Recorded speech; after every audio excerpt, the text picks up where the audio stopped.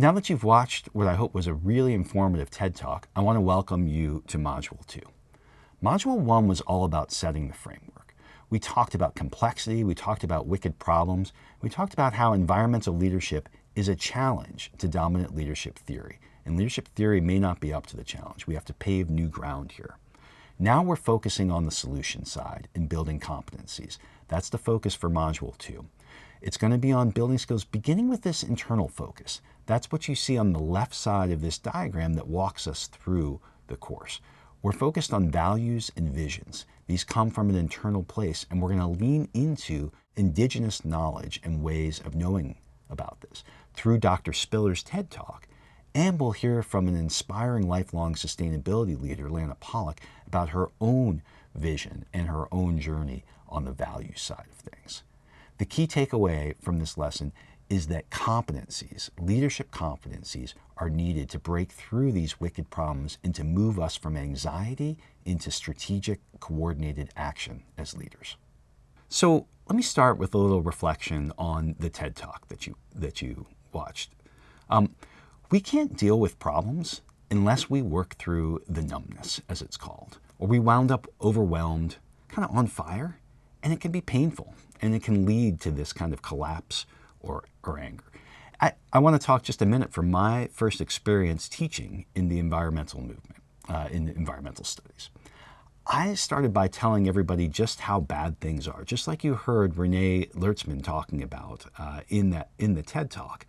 I spent a whole half of a semester talking through all the different environmental trends, what's going on with our climate, what's going on with water, toxic chemicals, etc. And I thought I was doing a service to these students until one brave student, raised her hand and said, "You know what?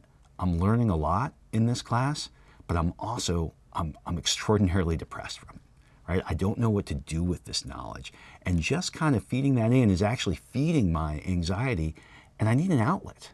Right? And this is something that happens to environmental leaders all the time, because it's kind of like you create this double bind by focusing on the negativity. It's damned if you do, damned if you don't, right? Because if people take action, it's never enough. If you're not taking action, it seems like you're not doing anything. So we feel this anxiety as leaders, and we feel it over climate and environmental issues overall. That means that we're actually thinking it through. That's normal. But what I want to emphasize today is that there's strategies to turn this into action. And that's what we were focusing on. One is knowing the psychology, sort of being in touch with yourself and having compassion on these things. These feelings of being overwhelmed and climate anxiety are normal. Second is actually finding community and finding community with others. Who is it that shares these viewpoints? Who is it that you can talk to about this? Who can you confide in? And the third is really slowing down. You're going to hear about this a lot more in one of the next TED Talk you're going to listen to, but actually taking that moment and taking a deep breath. Everybody has to find their strategy to deal with this anxiety to be an effective leader. For me, it's really following through on these things. It's finding community. Both for me, it's within campus and friends and things like that. It's also, for me, it's getting outside. And we discussed this in the last module, and fully away. I like to backpack. I like to be completely disconnected. And that's in part how I deal with the climate anxiety that we're all feeling. And then it's working with a purpose, focus, and dedication. Dealing with this anxiety through taking action. Everybody, every leader has to find their own way. And the tools that you heard from Renee Lertzman are a great step in terms of doing this, but it's an internal process. In this course, we're going to walk you through different ways, different skills and strategies, but you have some framing on how to turn this anxiety into action. And the key is to not be paralyzed by it, but to be inspired by it and to find your way through.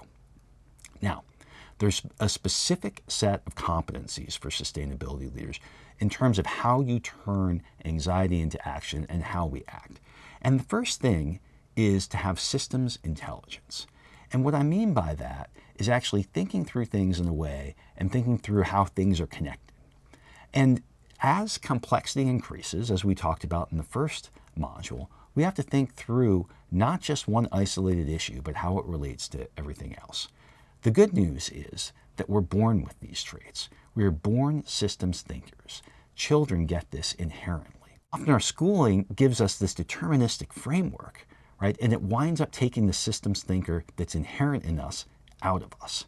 But as environmental leaders and as sustainability leaders, we have to go back to thinking in systems. The cases that you may have read on this actually are really helpful for this, because we cannot think about biodiversity loss, in the case you read in Africa, for example, and just say, hey, the best thing we can do is preserve this land or put a fence around this area. It doesn't work.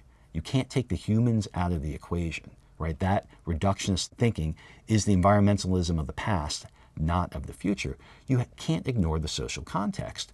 For me, when I was running the National Wildlife Federation's programs here in the Great Lakes region of the U.S., one of the things that we did is we adapted our programs that focused on people turning their backyards into wildlife habitats, which is inherently, of course, a good thing, but it wasn't enough. It's literally often putting a fence around a yard, into working in community centers, into working in schools, into working in houses of worship of all faiths, into working where people are, and actually turning those into education centers and having the habitat around them and building community around it. Those are the types of things that actually help break down this human nature divergence and utilize the systems intelligence that's so important for leadership. Second thing is humility. And I can't overemphasize this enough for sustainability leadership. Things change. Leaders aren't just driving followers forward based on knowing exactly where we're going. And we're going to talk more about vision in a little bit here. But the science changes, right? We talked about these are all wicked problems. I'll give an example in my own work. I knew very little about chemicals called PFAS. These are the forever chemicals. And it turns out that they're a dynamic problem that goes all the way back to the industrialization of country. It goes back, it's related to sort of an industrial and military technology. And we had no idea what the impacts were on people, causing cancer, all these different things. So we had to approach this not with we know what to do with these chemicals, we know how to clean them up. We had to approach this in the context of humility and think about common solutions together. And that humility has to carry through with all of leadership.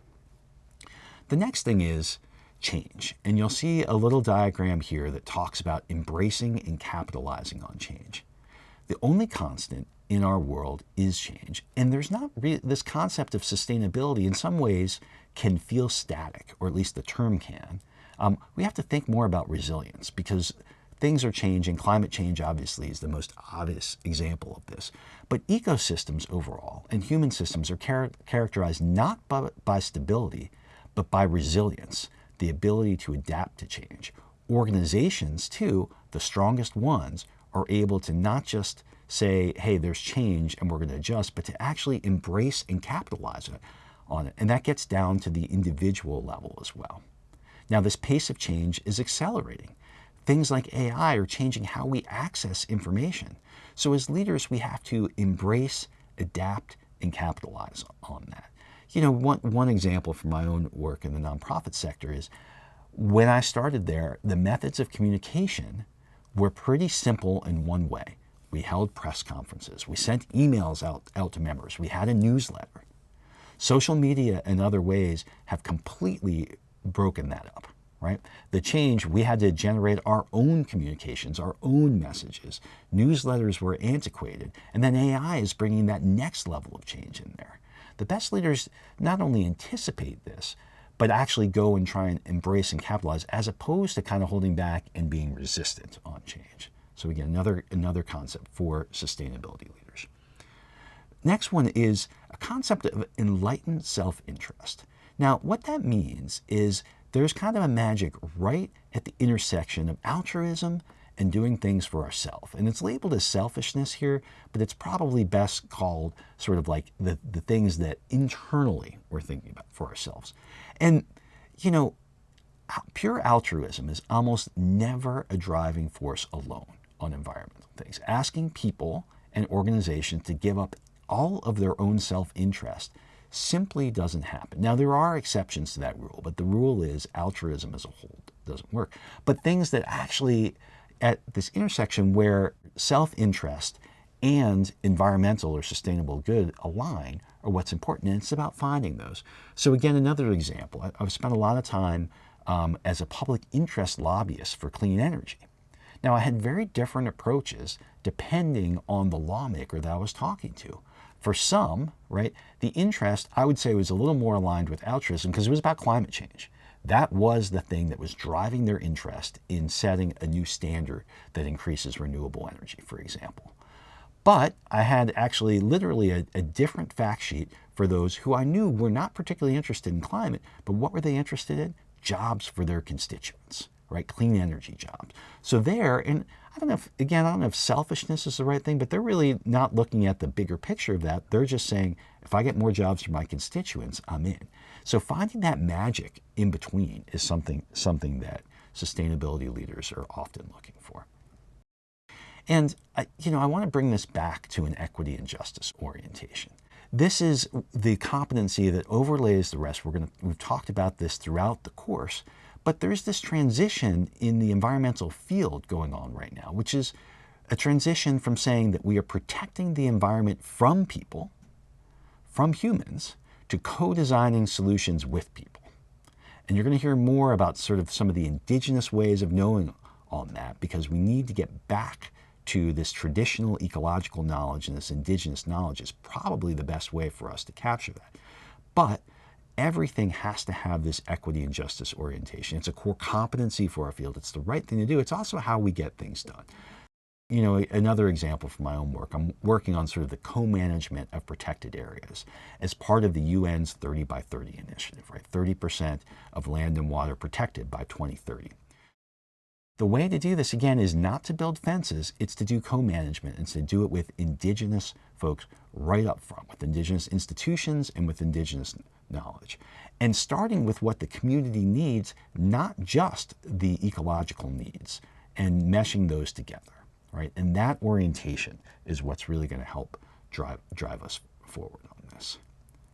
And finally, the last competency that we'll talk about in this unit is vision. Now, I'm not going to say much here because that's going to be the focus of Lesson 4 in this module. But the key is the dynamic tension between the current reality and the envisioned future. As leaders, we have to both facilitate the vision and then point out this dynamic tension in between. And again, we're going to come back to this much more later in this unit. So I just want to conclude this module by saying these core competencies for leadership are the way, or a really important ways, of breaking through this anxiety that we feel about climate, that we feel about unsustainability, right? These are the things that we need to practice and exercise as leaders. And what you'll be doing in the exercises, the readings, and the videos coming up is kind of practicing these competencies, practicing these muscles as you develop your own personal sustainability leadership plans.